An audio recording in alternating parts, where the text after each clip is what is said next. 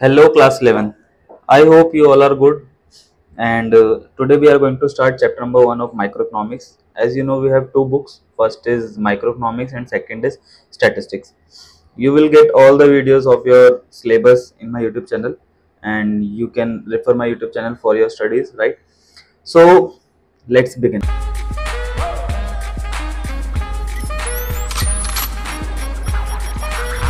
gonna pop some tags. Only got $20 in my pocket. All right, class. Our first chapter is introduction of microeconomics. Basically मैं आपको बताऊं, जो हम 9th 10th में economics करके आए हैं वो टोटली डिफरेंट है 11th 12th के इकोनॉमिक्स से, ठीक है। इसमें हम लोग बहुत सारी न्यू चीज़ें सीखेंगे, बहुत न्यू वर्ड सीखेंगे, और ऐसे वर्ड सीखोगे, कई ऐसे वर्ड होंगे जो आपने आज तक सुने भी नहीं होंगे, right. So before we proceed economics पढ़ने से पहले हम ये जान लेते हैं व्हाट इकोनॉमी इज। इकोनॉमी का मतलब क्या है एक्चुअली, ठीक है। An economy is a system. ध्यान रखना, एक इकोनॉमी जो हमारी एक सिस्टम है विच प्रोवाइड पीपल, जो लोगों को क्या प्रोवाइड करते हैं, द मीन टू वर्क, उनको काम प्रोवाइड करती है, एंड अर्न लिविंग, और वो वहाँ पे कमाना सीखते हैं, ठीक है। जब कमाएंगे तो रहना भी सीखेंगे, ठीक है। उनके पास अगर पैसा होगा तो आगे खर्च करेंगे तो फिर रह पाएंगे, ठीक है। और हमारे इकोनॉमी में क्या है, 3 वाइटल प्रोसेस होते हैं। इन प्रोसेस के बिना हमारी इकोनॉमी क्या है, टोटली वेस्ट है, ठीक है। इन तीनों चीजों में से एक भी चीज नहीं हुई तो बेसिकली हमारी इकोनॉमी काम ही नहीं कर रही अच्छे से। जैसे क्या है, प्रोडक्शन। अगर प्रोडक्शन नहीं होगा तो कोई कंजम्पशन, मतलब कि कोई कंज्यूम नहीं कर पाएगा। कंज्यूम मतलब कि कोई यूज नहीं कर पाएगा चीजों का। जब कंजम्पशन नहीं होगा तो मतलब कंज्यूम नहीं किया तो किसी को पैसे भी नहीं मिलेंगे। जैसे हम ब्रेड खरीदने जाते हो, आप पैसे देते हो ना किसी को, कि दुकानदार को, तो पैसे भी नहीं मिलेंगे। जब दुकानदार को पैसे ही नहीं मिलेंगे तो वो और ब्रेड ले नहीं पाएगा, ठीक है। तो इन्वेस्टमेंट, वो इन्वेस्ट भी नहीं कर पाएगा। बेसिकली ये क्या है, तीनों आपस में क्या है, इंटरलिंक है। इनके बिना हमारी इकोनॉमी क्या है, टोटली बिल्कुल अधूरी है, राइट। उसके बाद क्या है, वाई स्टडी इकोनॉमिक्स। हम लोग इकोनॉमिक्स पढ़ते क्यों हैं, ठीक है। एक रीजन है उसका सबसे बड़ा, क्या है कि स्कार्सिटी। आई थिंक बहुत बच्चों को स्कार्सिटी का मतलब पता होगा, 9th 10th में आपने वर्ड सुना होगा, फैमिलियर लग रहा होगा ये वर्ड, बट स्कार्सिटी का मतलब होता क्या है। आगे पढ़ते हैं। हमको पता है, एक लाइन ध्यान रखना, हमारी पूरी इकोनॉमी में, ठीक है, ये सच है, क्या है, human wants are unlimited. Human के जो वांट्स हैं, मतलब कि जो चाहते हैं वो अनलिमिटेड है, बट रिसोर्सेज क्या है, लिमिटेड है, ठीक है।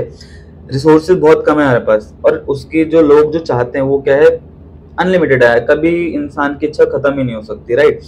There is no need to allocate these scarce resources for satisfaction never ending human word.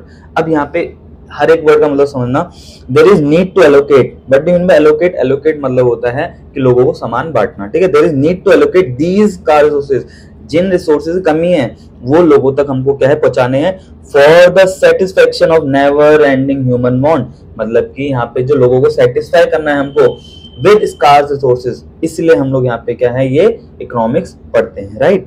Scarcity. अब स्कार्सिटी क्या चीज है, हमने ऊपर देखा कि स्कार्स रिसोर्सेज हम लोगों को बांट रहे हैं, स्कार्सिटी की वजह से हम इकोनॉमिक्स पढ़ते हैं। What do you mean by scarcity then? Scarcity refers to limitation of supply in relation to demand. इसी लैंग्वेज में बताता हूँ कि जो सप्लाई है, सप्लाई क्या है, कम है डिमांड से, मतलब लोगों की डिमांड बहुत ज्यादा है और वो सामान बन कम रहे हैं, ठीक है। जैसे कि मैंने बोला, गर्मियों में कॉटन शर्ट्स लोगों को बहुत ज्यादा चाहिए, बट लिमिटेड बन पाएंगे ना। जब मैं बोलूंगा कि कॉटन की जो फार्मिंग हुई है, मतलब कि कॉटन जो ग्रो हुआ है आपका, वो क्या है, 100 किलो हुआ है, और शर्ट बनने के लिए हमको 1000 किलो चाहिए, ठीक है। 1000 शर्ट बनने के लिए 1000 किलो चाहिए, तो इट बेसिकली का मतलब है कि 100 ही शर्ट बन पाएगी, मतलब रिसोर्सेज हमारे पास कम है और चाहने वाले बहुत ज्यादा हैं। दैट इज कॉल्ड स्कार्सिटी, मतलब कि सामान कम बन रहे हैं, चाहने वाले लोग ज्यादा हैं, ठीक है। And it is universal. ये क्या है, यूनिवर्सल है। यूनिवर्सल की मतलब कि ऐसा नहीं है कि अगर पानी की कमी इंडिया में है तो यूएस में पानी की कमी नहीं होगी, ठीक है। तो हर जगह स्कार्सिटी है, ठीक है। But scarcity is not only the problem. Scarcity ही सिर्फ एक प्रॉब्लम नहीं है हमारी इकोनॉमी में, हाँ बड़ी प्रॉब्लम है, बट स्कार्सिटी एक प्रॉब्लम नहीं है। आगे बढ़ते क्यों, alternate use of resources. Basically अगर मैं बोलूं, एक एग्जांपल से पूरा टॉपिक समझाता हूं। जैसे आपके घर में पानी है, ठीक है, मतलब कि एक टैंक आपके घर में पानी है 1000 लीटर, ठीक है, और वो आपको चलाना है, ठीक है। कितने, 1 हफ्ते 2 हफ्ते, उसके बाद आप ये मान के चलो कि आपके घर में 2 हफ्ते तक पानी नहीं आएगा, ठीक है। और 1 लीटर मतलब 1000 लीटर के टैंक है आपके घर में, और उस पानी से आप, अगर वो ड्रिंकिंग के लिए होता सिर्फ पानी, ठीक है, जो आपके घर में 1000 लीटर की टैंक है सिर्फ ड्रिंकिंग के लिए होता तो इनफ रहता कि हम 2 वीक तक हम चला लेंगे 1000 लीटर, ठीक है। बट उस पानी के हमारे ऑल्टरनेट यूज है। ऑल्टरनेट यूज मतलब कि अलग अलग यूज है, ड्रिंकिंग के लिए यूज होता है, बाथिंग के लिए यूज होता है, कुकिंग के लिए यूज होता है और वॉशिंग के लिए यूज होता है। हमारे कितने ज्यादा ऑल्टरनेट यूज है, तो हम यहाँ पे क्या देख रहे हैं, एक तो हमारे रिसोर्सेज की कमी है और उन रिसोर्सेज को हम लोग क्या कर रहे हैं, ऑल्टरनेट यूज है, मतलब एक चीज के क्या है इतने सारे यूज हैं। दूसरा प्रॉब्लम ऑफ चॉइस।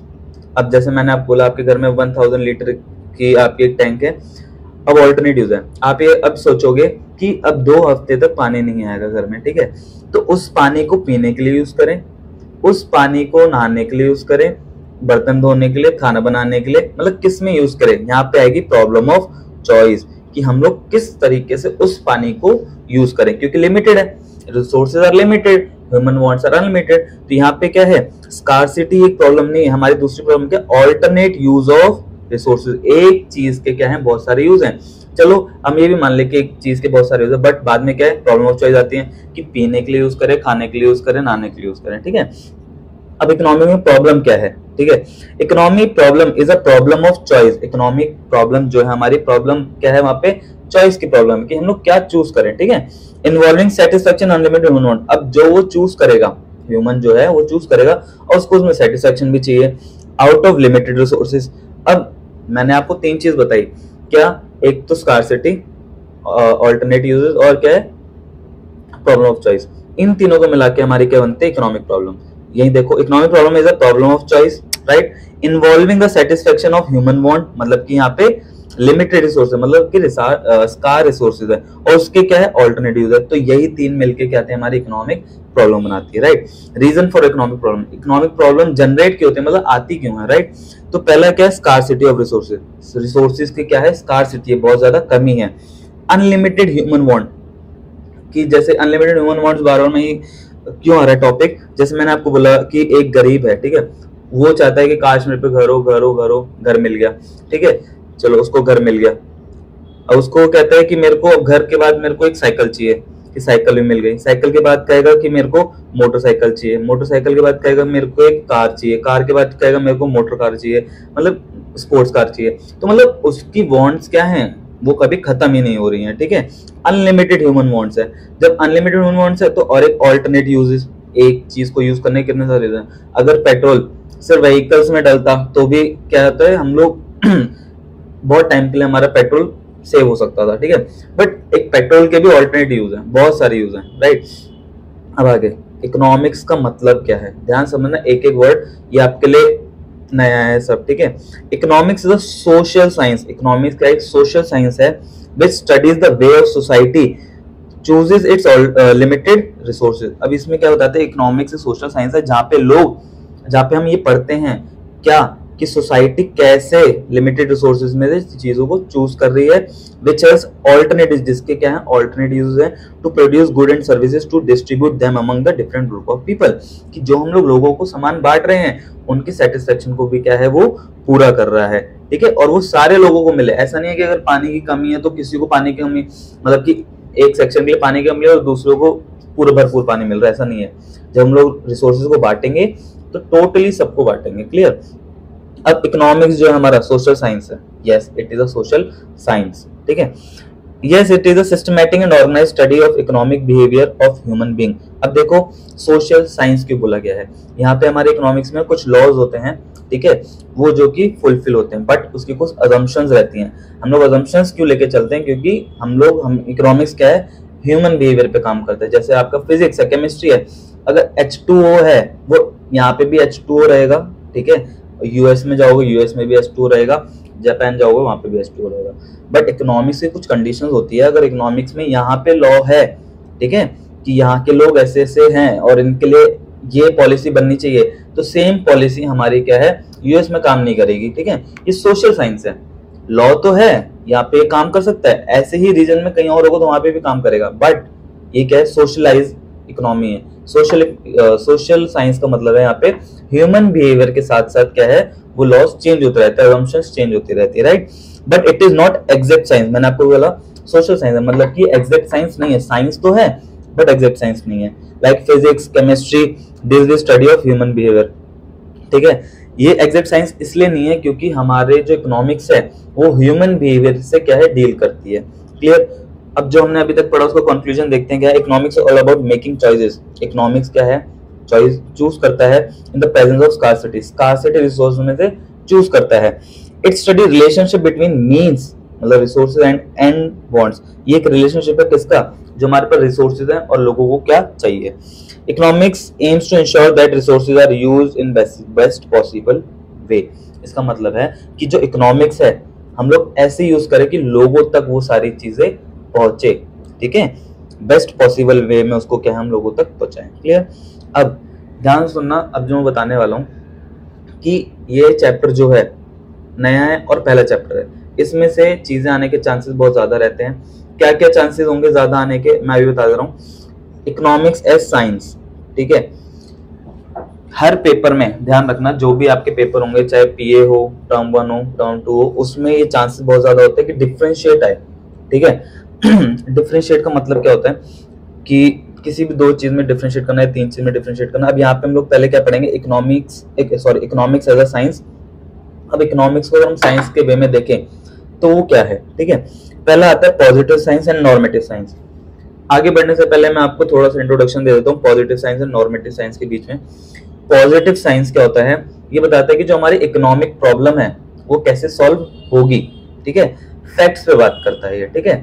और जो हमारी नॉर्मेटिव इकोनॉमिक्स है ये कहता है कि जो हमारी इकोनॉमिक प्रॉब्लम है वो कैसे सॉल्व होनी चाहिए, ठीक है। मतलब ये क्या है, सबके जजमेंट्स पे बात करता है, सबके वैल्यूज पे बात करता है। जैसे मैं आपको एक एग्जांपल देता हूँ, जैसे लिखा है कि worker wages is $5 per hour, कि वर्कर्स के जो वेजेस हैं मतलब जो उनको सैलरी मिलती है वो $5 पर आवर मिलती है। ये क्या है, उसके फैक्ट्स बता रहा है, तो that is positive economics.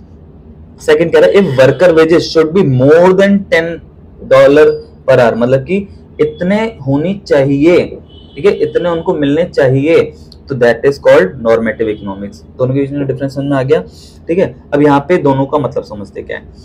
Positive economics या पॉजिटिव साइंस, इसका मतलब है deal with what are the economic problems, की इकोनॉमिक प्रॉब्लम क्या है and how are they actually solve, वो कैसे सॉल्व होंगे, ये उसके क्या है, उसका मतलब है, ठीक है। नॉर्मेटिव साइंस, नॉर्मेटिव इकोनॉमिक मतलब है deal what ought to be and how the economic problem should be solve, वो प्रॉब्लम कैसे सॉल्व होनी चाहिए।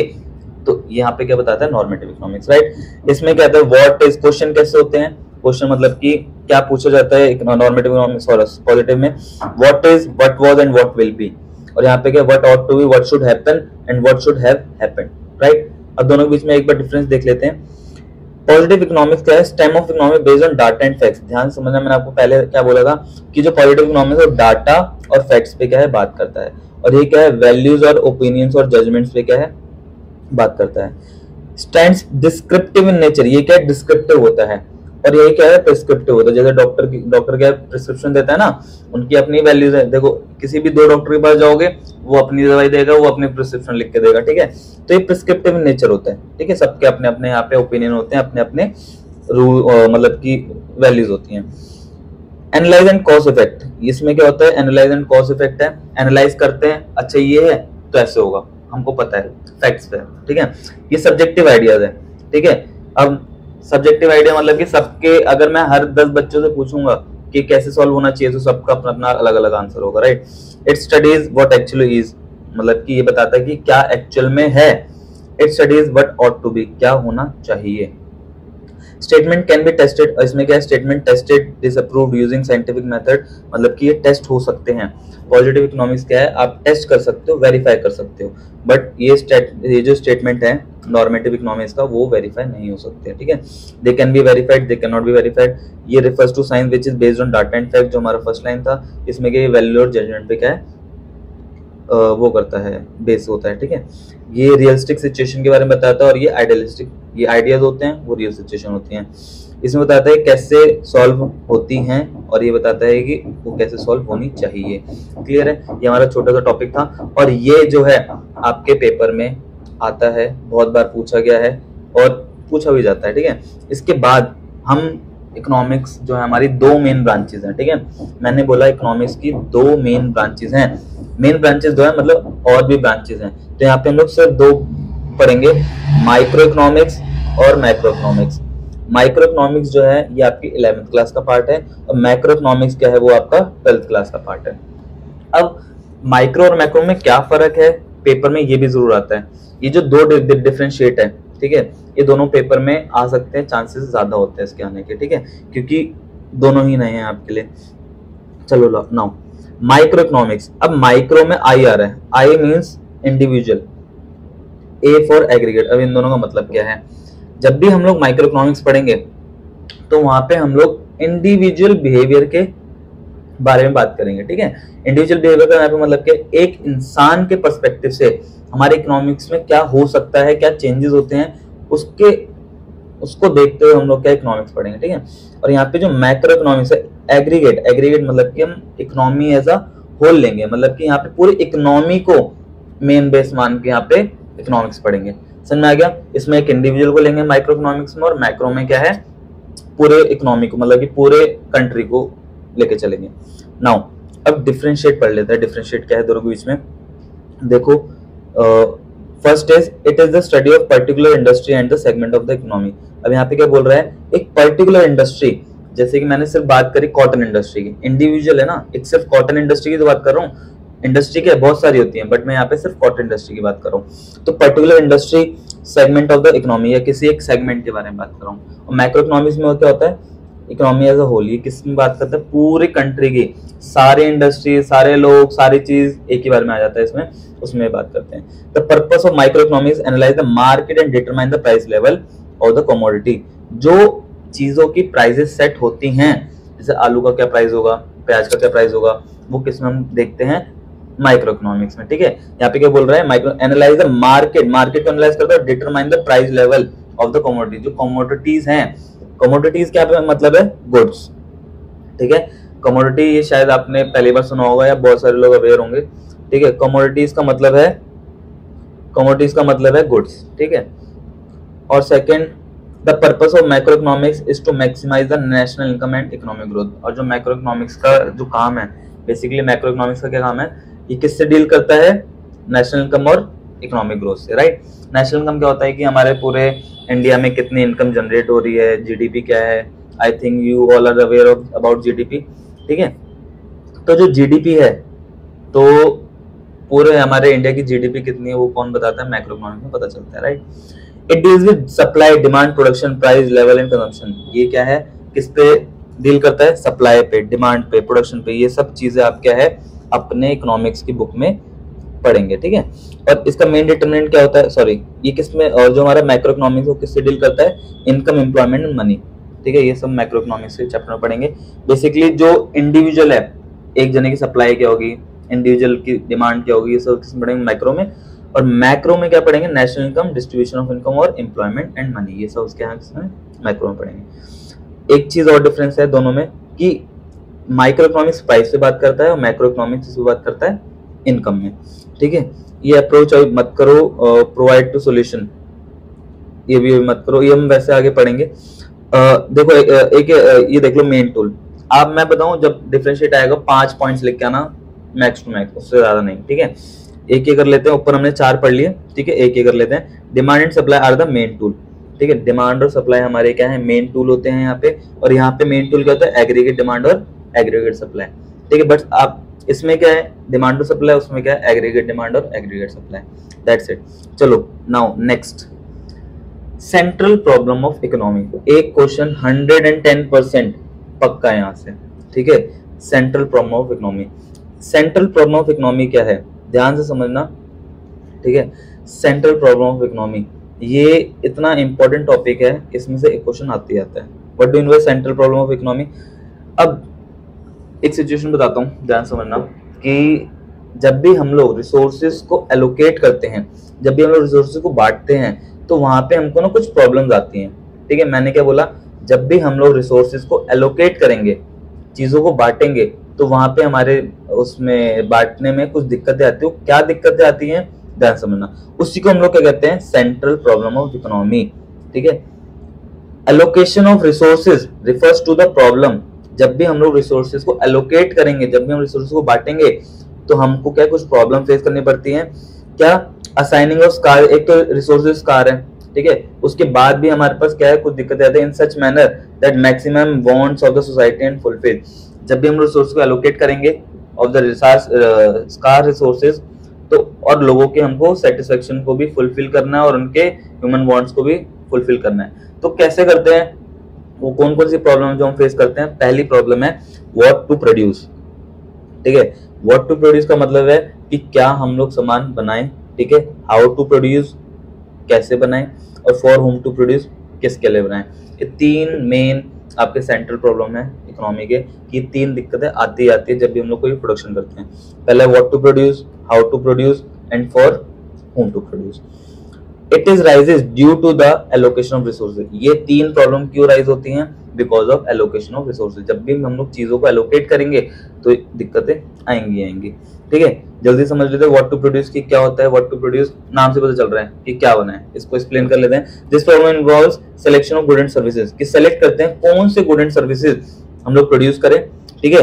कितनी क्वांटिटी में करें कि हर एक कमोडिटी क्या है सबको फुलफिल हो जाए, ठीक है, सबको सेटिस्फेक्शन हो उससे। Every economy has limited resources, हमको पता है जब लिमिटेड रिसोर्सेज है तो सारे रिसोर्सेज तो यूज नहीं कर पाएंगे, ठीक है। उन लिमिटेड रिसोर्सेज में से can not produce all the goods.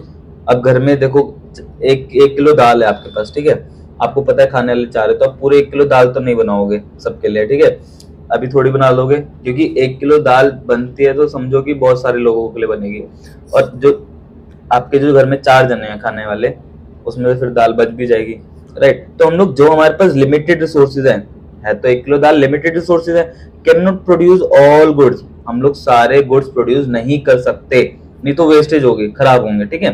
तो हमने यहाँ पे क्या देखा, व्हाट टू प्रोड्यूस में हम लोग क्या देखते हैं, क्या बनाए और कितनी क्वांटिटी में प्रोड्यूस करें, क्या बनाए और कितनी क्वांटिटी में प्रोड्यूस करें, ठीक है। एक तो हमारे पास क्या लिमिटेड रिसोर्सेज और हम लोग सारी चीजें क्या है प्रोड्यूस नहीं कर सकते। मोर ऑफ वन गुड्स और services usually means less of others.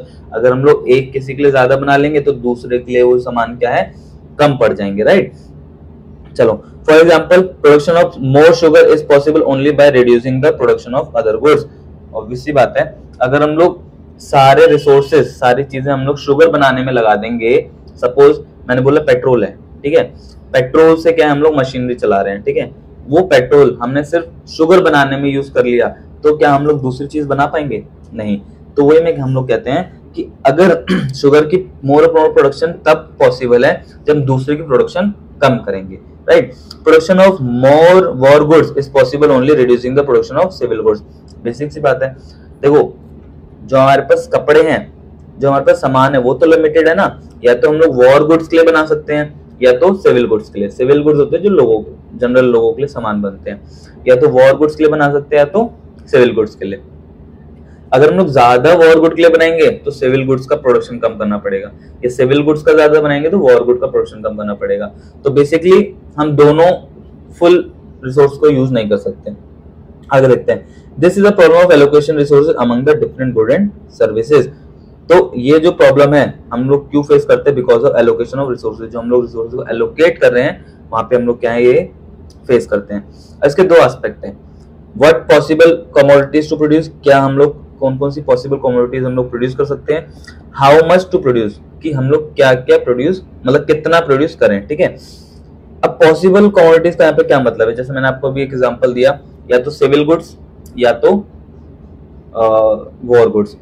अगर हम लोग सिविल गुड्स ज्यादा बना रहे हैं तो हमको वॉर गुड्स कम करना पड़ेगा, या थोड़ा हमने सिविल गुड कम किया तो हमको थोड़ा वॉर गुड बढ़ाना पड़ेगा, या दोनों को बराबर बराबर कर सकते हैं। तो अलग अलग कमोडिटी, या तो इतना, अगर इसको कम किया या तो इतना या तो इतना, ठीक है। तो कमोडिटीज की पॉसिबल कमोडिटीज है, ऐसे हम लोग प्रोड्यूस कर सकते हैं। और सेकंड है आपका हाउ मच, कितना प्रोड्यूस करें, ये दो एस्पेक्ट है आपके, ठीक है। An economy has to decide which consumer goods, जैसे rice, wheat, clothes and which of the capital goods. Basically बताऊं, दो तरह के गुड्स होते हैं हमारा। एक तो कंज्यूमर गुड्स होता है जो डायरेक्टली कंज्यूम किया जाता है, जैसे बाहर से व्हीट खरीद के हमने आटा बनाया खा लिया, ठीक है। और which of the capital goods होता है ऐसे गुड्स जिससे हम लोग दूसरे गुड्स बनाते हैं, are to be produce in the same way economy has to make choice between civil good and war goods. अब यहाँ पे लोगों को क्या है चूज करना पड़ता है कि हम लोग सिविल गुड्स ज्यादा बनाए या वॉर गुड्स ज्यादा बनाए। तो व्हाट पॉसिबल कमोडिटी प्रोड्यूस, क्या पॉसिबल कमोडिटीज हैं कि हम लोग गुड्स बनाए। अब हाउ मच टू प्रोड्यूस, कि कितना प्रोड्यूस करें। After deciding the goods to be produce, हमने पहले डिसाइड कर लिया कि हाँ चलो हमको वॉर गुड्स ज्यादा बनाने, अब कितना प्रोड्यूस करें, कितना जरूरत है हमको बनाने के लिए, तो इसमें हम लोग वो देखते हैं। चलो अब आते हैं हाउ टू प्रोड्यूस पे।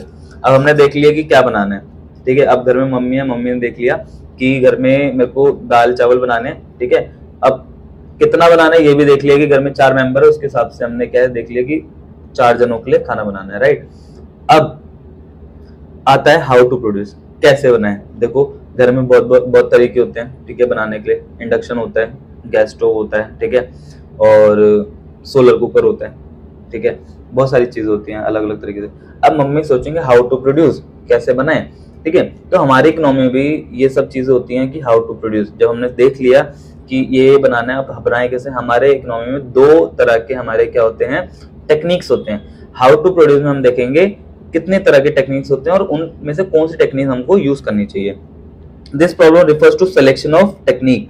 ये जो प्रॉब्लम है वो कैसे किस रेफर करती है, सिलेक्शन ऑफ टेक्निक से, कि हम लोग कौन सी टेक्निक से यूज करें, ठीक है। To be use to production of good and service, a good can be produce using different technique. एक जो हमारे गुड्स हैं अलग अलग टेक्निक से बनाए जा सकते हैं। अब वो टेक्निक में जब मैं बार बार कह रहा हूँ कौन से 2 टेक्निक्स की बात कर रहा हूँ, तो जो पहला टेक्निक है हमारा लेबर इंटेंसिव टेक्निक और दूसरा है हमारा कैपिटल इंटेंसिव टेक्निक। बहुत इजी टॉपिक है।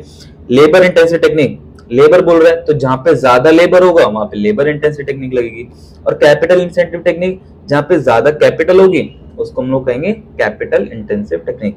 कैपिटल का यहाँ पे क्या मतलब है, जहां पे ज्यादा पैसे होते हैं। जैसे जिस इकोनॉमी में ज्यादा पैसे होते हैं, जैसे यूएस है, यूएस की इकोनॉमी ज्यादा अच्छी है, वहां के लोग ज्यादा अच्छे कमा रहे हैं, तो वहां पे कैपिटल बहुत ज्यादा है, ठीक है। लेबर, लेबर मतलब कि इंडिया, ठीक है, इंडिया में हमारे पास मैन पावर बहुत है। मैन पावर का यहाँ पे मतलब है पॉपुलेशन बहुत है, तो यहाँ पे हम लोग लेबर इंटेंसिव टेक्निक यूज करेंगे। जहाँ पे लेबर ज्यादा है वहां पे हम लोग लेबर इंटेंसिव टेक्निक यूज करेंगे, जहाँ पे कैपिटल ज्यादा है वहां पे हम लोग कैपिटल इंटेंसिव टेक्निक यूज करेंगे। ऐसा क्यों होता है, हम लोग इंडिया में कैपिटल इंटेंसिव टेक्निक क्यों यूज नहीं कर सकते? क्या हमारे इंडिया में पैसे नहीं है?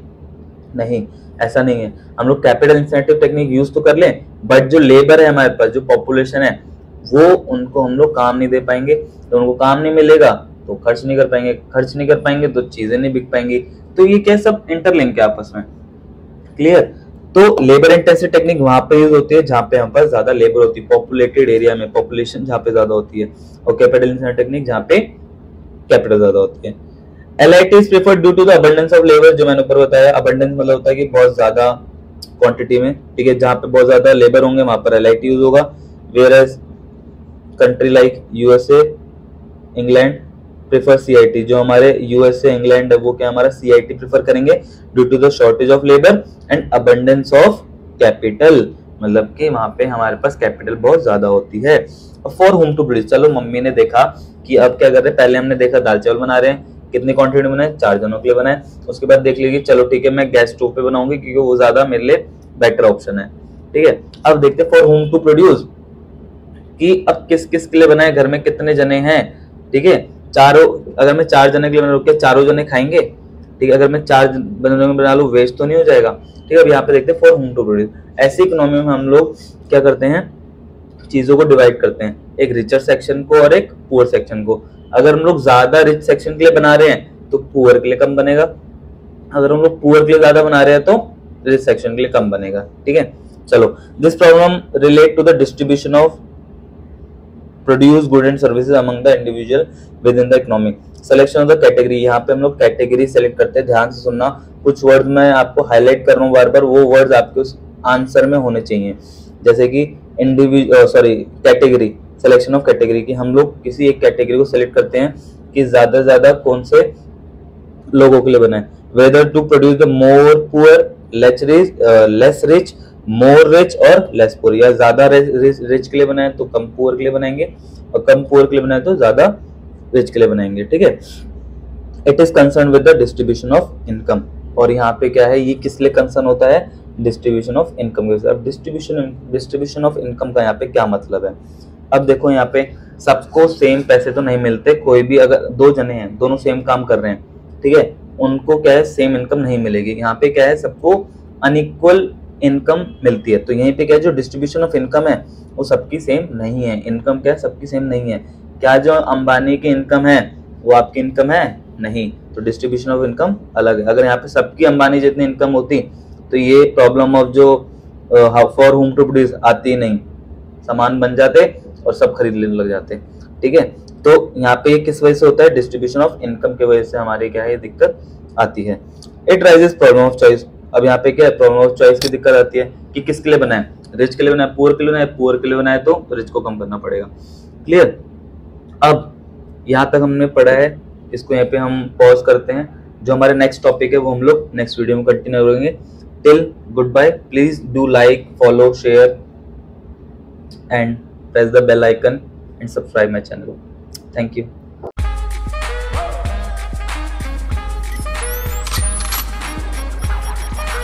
I'm gonna pop some tags, only got $20 in my pocket.